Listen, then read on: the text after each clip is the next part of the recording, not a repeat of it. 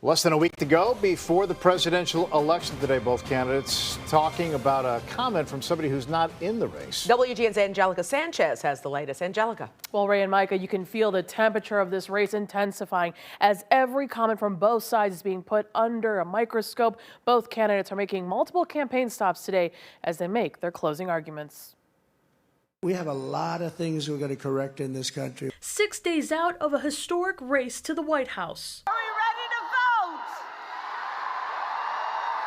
Are we ready to win? Both candidates trying to secure support in crucial battleground states. If he is elected on day one, Donald Trump will walk into that office with an enemies list. When I am elected, I will walk in with a to-do list.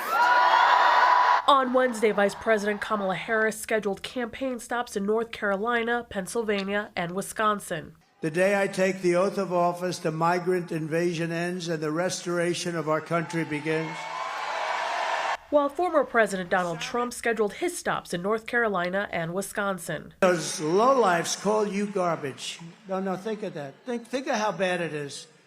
They have the nerve. Trump and Republicans are seizing on comments made by President Joe Biden as he attempted to criticize Trump's recent Madison Square Garden rally, where a comedian described Puerto Rico as a floating island of garbage. The only garbage I see floating out there is his supporters. But the backlash was swift, forcing Biden and the White House to clarify that the president was talking about the rhetoric on stage.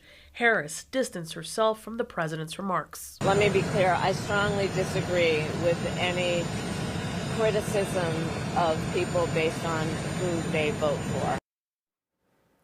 Now we can expect both candidates to pay multiple visits to battleground states in the coming days. Both have competing rallies in Wisconsin scheduled for Friday. Back to you. Thank you, Angelica.